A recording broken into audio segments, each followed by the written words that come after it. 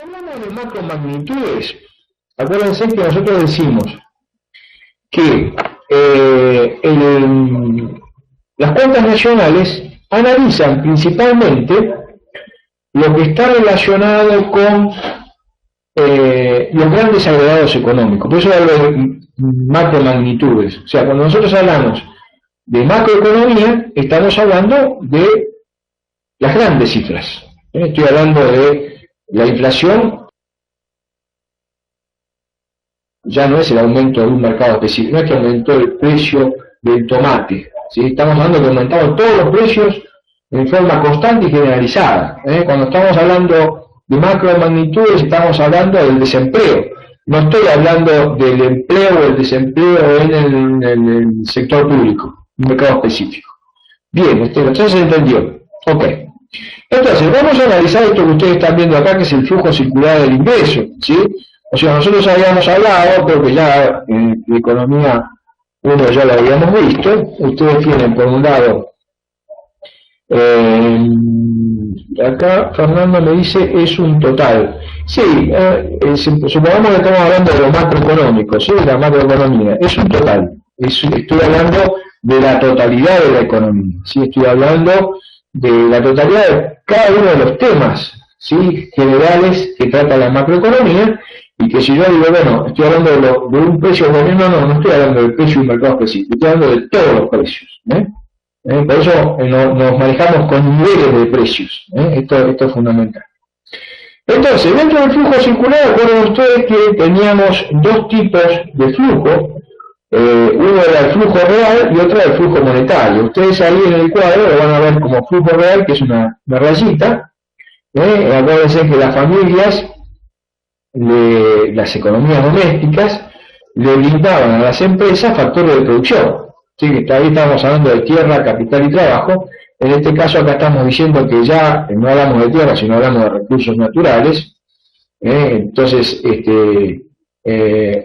vamos a hablar de trabajo, que sería la disponibilidad de la mano de obra que tienen las familias para prestar a las empresas.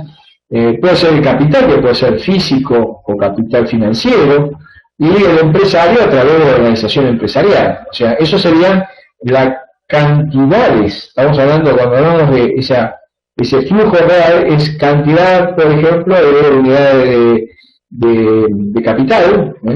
Estamos hablando de cantidad de horas que dedica el empresario a organizar su empresa, la cantidad de horas de trabajo en forma directa o indirecta que necesitan las empresas para su proceso productivo. Todos esos factores de producción, más que ahí ustedes no lo ven claro, ahí que dice empresas y tiene una flechita que dice factores de producción, recursos naturales, trabajo, capital y empresario.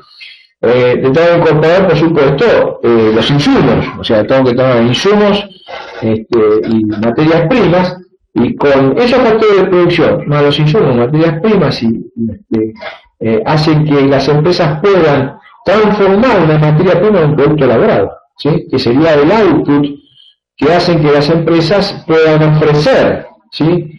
Bienes y servicios a las economías domésticas, al sector externo y al sector público. ¿Para qué?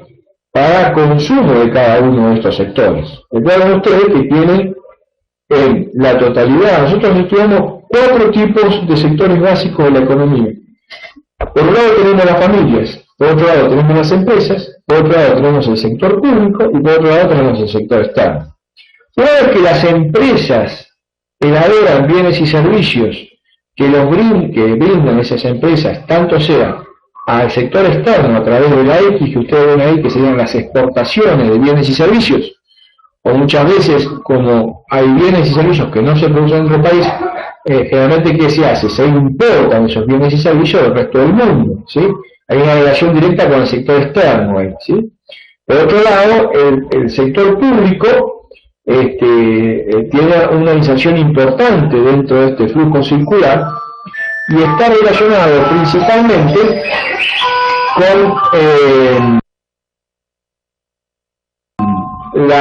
por un lado, los impuestos que le cobran a las empresas o a las familias, Y por otro lado, las transferencias que muchas veces el sector público puede hacer a las empresas o a las familias. Cuando hablamos de transferencias, acuérdense que las transferencias son todas aquellas subsidios, por ejemplo, en el caso de las empresas digamos, que da el sector público a las empresas, por ejemplo, el subsidio de transporte. Entonces, muchas veces, para que si el sector público tiene como política hacer accesible el transporte a aquellas familias con menores ingresos, bueno, subsidia el transporte, por lo tanto hace transferencias a las empresas para que el boleto salga más barato, ¿sí? Por otro lado, el sector público puede hacer, cuando hablamos de transferencias van a ver esa TR, ¿sí? Eso sería la transferencia, es lo que el sector público le da tanto a las empresas como a las familias. O sea, por ejemplo, los empleados en relación de dependencia reciben un subsidio, ¿sí? O aquellos que no tienen recursos reciben el subsidio universal por hijo. Entonces, esas serían las ayudas que hace el sector público a las familias y a las empresas como política de Estado, ¿sí? Por ejemplo, el subsidio al gas. El subsidio al gas hace que, por ejemplo, se beneficie aquellas familias que no están, digamos, que no tienen acceso a la red natural de gas, por ejemplo, que sería un subsidio al gas envasado, ¿sí? Que serían las garrafas o los tubos. Ese es un subsidio. Pero después tienen también el subsidio que le da a aquellos que están dentro de la red, ¿cierto? Entonces,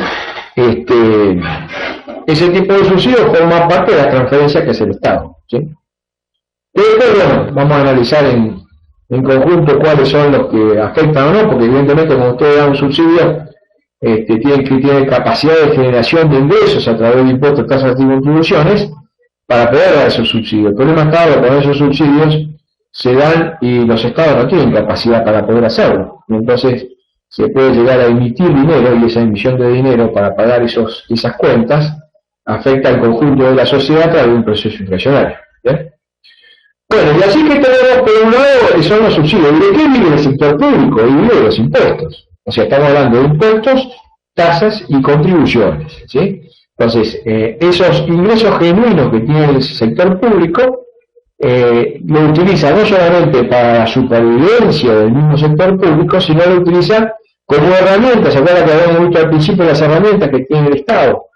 A través de los impuestos y el gasto? Bueno, entonces a través del manejo, que tendría que ser un manejo inteligente que tendría que tener el Estado, puede llegar a aplicar políticas fiscales. ¿Para qué? Para poder llegar a obtener un crecimiento sostenido en el tiempo.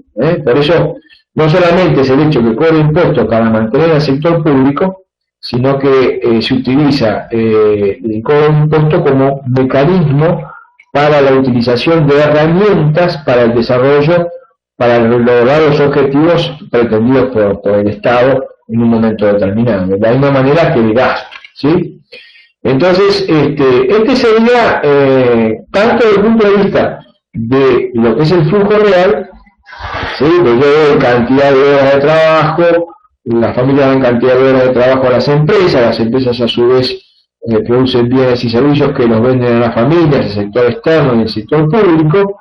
Y bueno, a través de eso se generan en cada uno de los 4 sectores básicos que tiene la economía, que son las familias, el sector público, las empresas, el sector externo, se producen ingresos y egresos de cada uno de estos sectores que están relacionados con esos egresos y ingresos, están relacionados con flujo monetario, pero por otro lado también tiene lo que se llama el flujo real.